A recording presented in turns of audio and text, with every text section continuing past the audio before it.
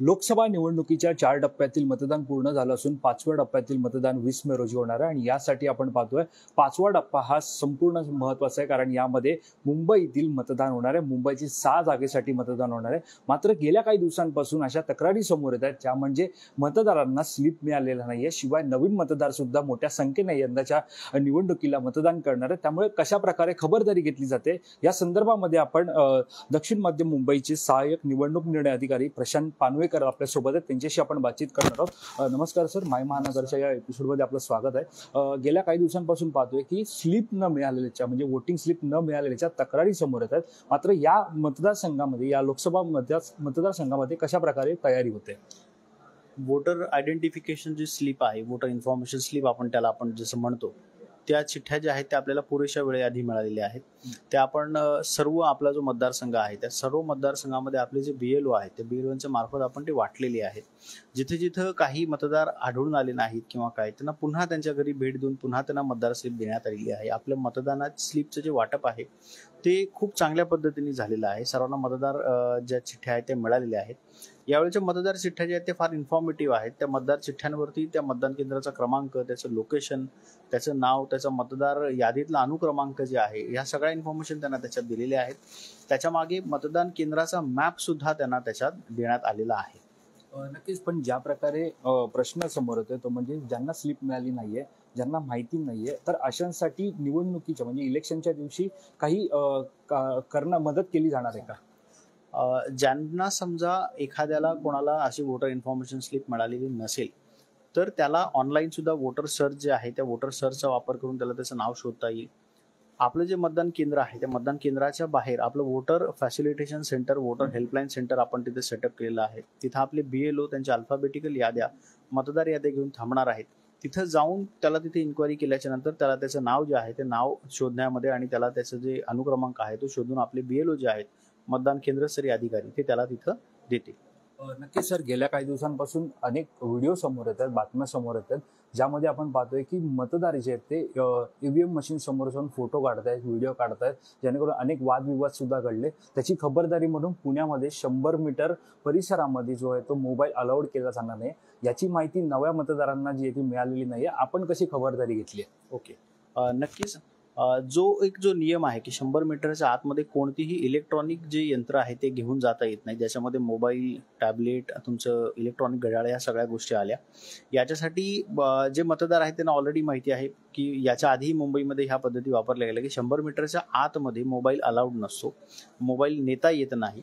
त्यामुळे जे सोबती असतील कोणी मतदारांचे, त्यांनी सोबत्यांतर्फे ते 100 मीटरच्या बाहेर मोबाईल ठेवणे मतदान करून यावे आणि नंतर मग सोबती त्याचं मतदान करायला जाईल. ही जनरल अशा पद्धतीने इथं आपण मतदान हे करतो. मी सर्वांना आवाहन करतो की कृपया तिथं मोबाईल आणू नका, कारण मोबाईल 100 मीटरच्या आत अलाउड नाही आहे. आणि जर मोबाईल असेल तर तुम्ही तुमच्या सोबत जे असेल त्यांच्यासोबत तिथं बाहेर मोबाईल ठेवा, तुम्ही मतदान करून या. आम्ही रांगेचं व्यवस्थापन व्यवस्थित होईल, फार वेळ रांगेत तिथं तुम्हाला थांबावं लागणार नाही. तिथं मतदारांना पुरेसा तिथं शेड असेल, पाण्याची व्यवस्था असेल, बसण्यासाठी जागा असेल, याच्या सगळ्या आम्ही तिथं व्यवस्था केलेल्या आहेत. परंतु हे जे मोबाईलचं फ्रिस्किंग म्हणा किंवा बाकी गोष्टी म्हणा, ह्याच्यात जर मतदारांकडून सहकार्य झालं तर आणि वेगामध्ये ते मतदान आम्हाला सुरळीतपणे पार पडण्यासाठी मदत होईल. त्यामुळे मी सर्वांना आवाहन करतो की कृपया 100 मीटरच्या आतमध्ये कोणीही मोबाईल आणू नये, जेणेकरून त्याच्यामध्ये जो जाणारा वेळ आहे तो वेळ आपल्याला वाचवता येईल आणि मतदान वेगात घेता येईल. नक्कीच तुमचं आव्हान होतंय. मात्र जे 100 मीटरची जी रेष असेल तिकडे काही अधिकारी असणार आहे का मोबाईल चेकिंगसाठी किंवा इतर काही चेकिंगसाठी? हो, पोलीस असणार आहेत की जे तिथं मोबाईल तिथं तपासणार आहेत आणि मोबाईलची तपासणी करून मगच त्यांना तिथं आतमध्ये प्रवेश दिला जाणार आहे.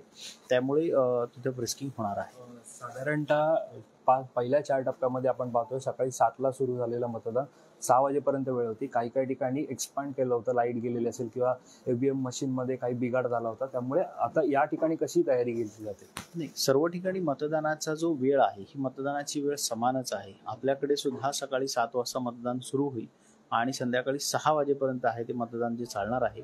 हीच वेळ सगळीकडे आहे. जर समजा 6 वाजता संध्याकाळी जर रांगेमध्ये मतदार असतील तर त्या सर्व मतदारांना तिथं मतदान करता येतं.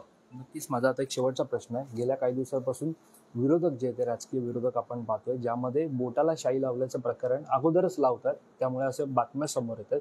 तर या मतदारसंघामध्ये निवडणूक अधिकारी म्हणून आपले जे अधिकारी आहेत ते कशा प्रकारे काळजी घेतात? कारण जे प्रकरण समोर येत आहे की अगोदरच शाई लावली जाते, मात्र त्यावरती जर असं काही आढळल्यास कारवाई केली जाणार का? बघा आता नेमकं आपण जे म्हणताय तो नेमका विषय समजून घ्यावा लागेल. मात्र कसं आहे की आता इथं कुठल्याही प्रकारचे असं प्रकरण समोर आलेलं नाही आहे. मतदानाच्या आधी एखाद्याच्या बोटाला शाई लागते हे कसं काय, असा जर प्रश्न उपस्थित असेल तर काही केसेसमध्ये जसं समजा आपण पोस्टल बॅलेट करतो, याच्या आधी जे पोस्टल बॅलेट होतं ते पोस्टल बॅलेट केल्याच्या नंतर त्यांच्या बोटाला काही शाई लागत नव्हती याच्या आधी. मात्र यावेळी जे पोस्टल मतदान करतायत किंवा जे आपण घरी जाऊन ज्यांचं मतदान घेतलेलं आहे त्यांच्या बोटाला शाई लागलेली आहे, मग त्या केसेसमध्ये आधी शाई त्यांना लागलेली आहे त्यांच्या बोटाला. अशा केसेस इथं होणारच आहेत, त्यात काय वाद नाही. पण तुम्ही ज्याप्रमाणे म्हणताय त्याप्रमाणे अशी कुठल्याही प्रकारची कंप्लेंट आपल्याकडे प्राप्त झालेली नाहीये. साधारणतः शेवटचा प्रश्न आहे, मतदानासाठी कशी तयारी घेतली जाते, काय आव्हान करा? आपल्याकडे मतदानाची तयारी ही बराच दिवस बरेच महिन्यांपासून ही सगळी तयारी चाललेली आहे. आपल्याकडे 249 केंद्र आहेत पूर्ण माहीम मतदारसंघांमध्ये. त्याच्यासाठी 31 झोनल ऑफिसरांची आपण नेमणूक केलेली आहे. त्यांच्या मार्फत उद्या जो आपला सगळा पोलिंगचा स्टाफ आहे, उद्या 19 तारखेला तो येणार आहे. उद्या जाऊन ते त्यांच्या बूथवर जातील, बूथ सेटअप करतील आणि परवा सकाळी पहाटे सुरुवातीला सकाळी 5:30 वाजता मॉकपोल होऊन त्याच्यानंतर पुन्हा मशीन्स तिथं सील, मतदान उमेदवारांचे प्रतिनिधी जे असतील त्या प्रतिनिधींच्या समक्ष त्या मशीन्स सगळे सील होऊन त्याच्यानंतर 7 वाजता ठीक मतदान सगळं सुरू होईल. सगळ्या मतदानाची सगळी व्यवस्था तिथं झालेली आहे. कुठं कुठं मंडप उभारायचे आहेत, कुठे कुठे शेडची व्यवस्था करायची आहे, पिण्याच्या पाण्याची व्यवस्था असेल, रांगेचं व्यवस्थापन असेल, ते ज्या सगळ्या गोष्टी आहेत, कुठं कुठं आपल्याला व्हॉलंटियर्स लागणार आहेत, तिथं त्यांची जी व्यवस्था आहे, त्यांची नेमणूक आहे. जसं तुम्ही पहिला प्रश्न विचारला तर मतदारांना मार्गदर्शन करण्यासाठी BLOंची तिथं आपण त्यांची बसण्याची व्यवस्था, त्यांचं वोटर हेल्पलाईन जे आपण तिथे सेटअप करणार आहोत ते सर्व सेटअप केलेलं आहे. अशा प्रकारे सगळ्या प्रकारची तयारी झालेली आहे. मी पुन्हा एकदा मतदारांना आवाहन करतो की प्रत्येकाने आपला हा जो मतदानाचा हक्क जो आहे हा बजावलाच पाहिजे. आपलं हे जे राष्ट्रीय कर्तव्य आहे ते पार पाडलंच पाहिजे. हो, त्यामुळे तो मतदानाचा टक्का जो आपण अगोदरच्या काही टप्प्यात पाहिला की तो तितकासा काही म्हणावा तितका समाधानकारक नाही आहे.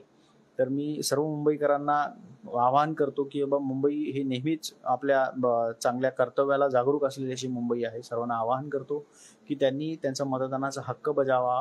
आम्ही तुमच्या स्वागताला तिथं तुमच्या तयारच आहोत.